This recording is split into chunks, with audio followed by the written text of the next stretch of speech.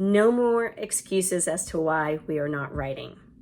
Ignoring what is preventing us from stepping forward on our writing journey is likely what is keeping us stuck in this forever place of someday I'd like to write a book.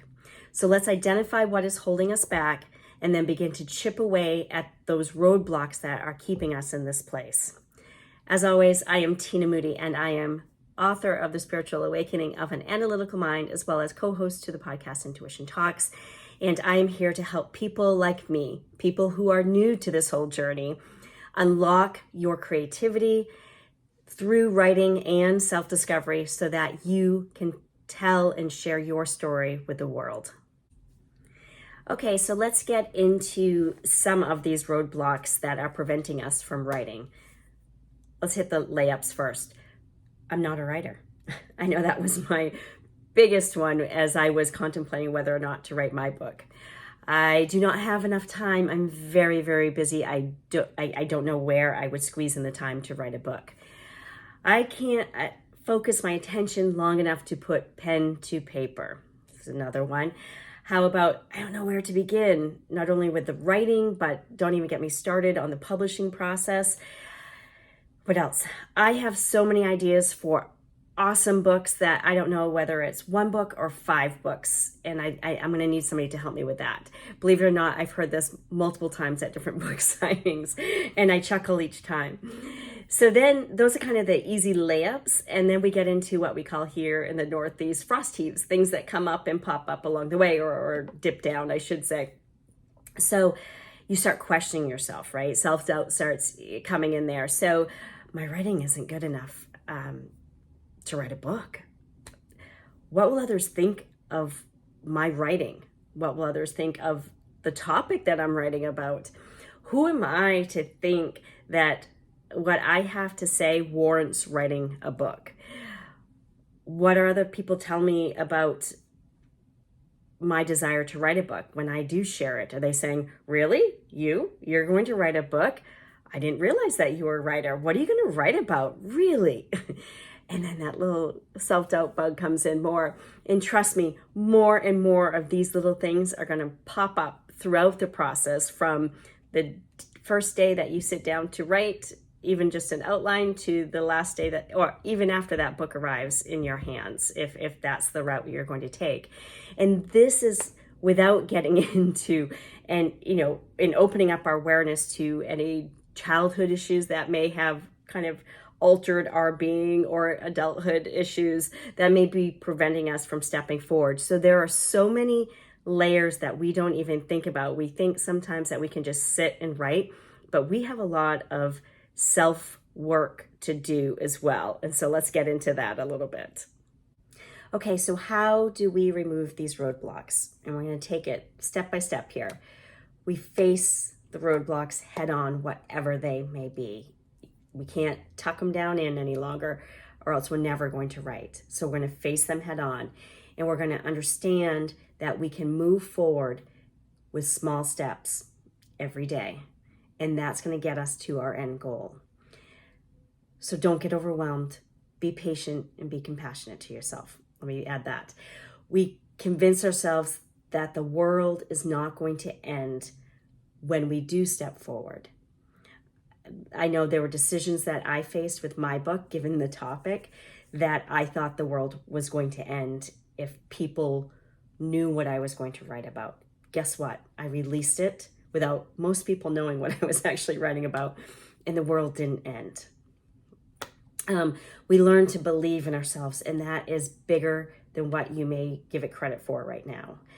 We learn more about ourselves through this process from start to finish, more than you can even imagine. We learn how to take care of ourselves through self-care and kindness, and how to be compassionate with ourselves. Believe it or not, we heal wounds that we may not have even realized were there, or we may have buried down just a little bit. We begin to heal those with every step forward that we take. We build our confidence, and therefore we begin to trust our intuition. And believe it or not, that does come into play when we're writing as well. It's not just a woo-woo thing. we become inspired. We start looking for inspiration out in the world. We start looking at the world with a different lens when we begin writing. We slowly remove the walls that maybe we have built over time, especially us adults, and the roadblocks that we thought were maybe a little bit bigger or stronger than they actually are to get through. And we begin to take those steps forward. We surround ourselves with people who support our new journey and maybe this evolving us, because we are evolving through this. We use our writing to evolve. Writing supports our growth, and our growth supports our writing. And all the while, per Stephen King, we read a lot and we write a lot as we're going on this little journey of self-discovery over here through this book journey. Now, some of these steps that I just mentioned are not quick, and some of them are uncomfortable, and some of them are painful, and some of them make us lonely because we may feel a little isolated as we're evolving and changing and doing a new path. So look at this moment as a moment of opening our awareness that we have some work to do on ourselves and some discovery to do of ourselves, but also look at this as opportunity to clear the way and make room so that you can move forward on your book journey. And if what your goal is to eventually share your story with the world, be that fiction or nonfiction, that you'll be ready. Okay, now I want to share kind of my experiences, since I'm fairly fresh to all of this as well. And if you've watched some of my past videos, you know that I do not come from the literary world. You also know that I did not consider myself a writer. And you know that I have now officially published a book through a cooperative publisher. So I'm going to share with you two scenarios here to give you a real life scenario of how this all feels. So the first one being is that is from when I started beginning to believe that I was going to write a book. And the spiritual awakening of Analytical Mind was really to be a tool for people like me who were stepping onto the path of self-discovery. So before I could write a manuscript that may or may not become a book, I had to get out of my own head, and that was not easy. Could I do it? I'm not a writer. What would it take to do it? Would anyone really want to read it? What will others think of me writing a book? One, of my writing, because I wasn't a writer, and two, of the topic that I was writing about. And along with a lot of the other things that we talked about just a minute ago. So now, fast forward, and I am oh so wise, right? So, not so much. So I have published with a cooperative publisher, and I know that I am going to write a second book, maybe a third or fourth or fifth or whatever. So let's see where my head is right now. I have, in fact, written and have a rough draft of a 60,000 word document, we'll call it, and it's simmering over here on the back burner and has been since March of 2022. So I finished it right around my birthday of last year, and I know that it needs some formatting adjustments, we'll say, and I have not really dug into it in over a year. I have the outline of a book that actually came before the one I just mentioned, and I have pretty much already written the introduction for it, and I have the chapters all outlined. That's sitting in Scrivener, actually.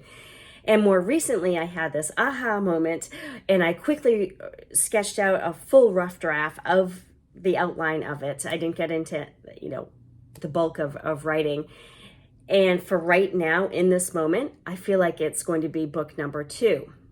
So what's the holdup? I ask myself, you ask me. I've published one book through a cooperative publisher, so I know the process, right? If I decided to go that same route, and I kind of know the process if I decided to, say, print it through on demand through Kindle Direct, or if I, got really crazy and wrote my book proposal and sent it to and tried to get an agent and a publisher. So I've got a lot more knowledge than I had initially, right? So what is the problem? Well, here's the problem. I'm not as naive as I was back then, where I just kind of followed the guidelines and went through it, and before I knew it, I had a book in my hand. So what is the problem this time? If my intent is to reach a bigger audience than book one, then I know I need to continue to work on building my platform, building my reach, because that's required, whether you're publishing or self-publishing, as we've talked about in prior videos, if you want your book to get out there to a bigger market. I know this. I need to decide, am I ready to make the time investment and financial investment, if I decide to self-publish or go through the cooperative publisher, that a book takes to go from start to finish? Am I ready to make that time investment again? Okay, what else? Will there be a demand for this book too? That still gets me, right? Is this what I'm supposed to be doing? Like, this is so far off my career path up to this point. Is this what I'm supposed to be doing? And then let's just wrap it up with, who am I to think that I'm an author? Now, that has shifted. So the first time around, it was, I'm not a writer. Who am I to think that I'm a writer? And now I actually have a book. So I guess it gets back to, we keep stepping forward, and before we know it, we look back and look what we've done, right? But this self-doubt, it is difficult to shake it. It's our shadow, it's our insecurities, and it grabs a hold of our ankles and tries to pull us back into the shadows with it. And so we have to decide, are we willing to chip away, and are we willing to get through it? So the point of this video really is, this is a tough battle, but if we take these small steps, be it in our self-discovery, self-healing, self-care, anything we need to do to kind of get our heads in a good space in order to begin writing, it just takes those small steps. And then we're going to be amazed, and we're going to look back, and we're going to just, it's a not too distant future before we can look back, if our goal is to have book in hand, that we have book in hand. So the small steps make the mountain, right? And I think that's a wrap for this video. Before I leave you, I want to just say, while you're working on self-transformation, self-healing, self-care, whatever it is you need to do to get through some of these roadblocks, and you're curious about investigating more of the process of starting to formulate things to bring a book to life potentially, I would recommend you go and look at last month's video, which was a discussion of a book that I used a ton as a reference book. It sat on my desk. It's called The Book You Were Born to Write by Kelly Notaris. I can't recommend it enough. It will take you from building platforms to outlines to structures of books. It's kind of geared toward nonfiction, specifically transformational type stuff, but I think anybody could use it, even fiction writers as well. I think it's that good of a tool. So I would highly recommend you go and listen to that. And Kelly also has videos out there on YouTube that you can just pick topics and listen to those as well. Next video, we're gonna go back to a book, and we're gonna go back to a writing book and advice, and that is going to come via Stephen King on writing, which is part memoirs, part writing advice. So I hope you will come join us. It's a great book. I need to go back and read it again. It's been a little while, and I look forward to sharing that with you. And until next time, be well and keep stepping forward on your journey. Take care.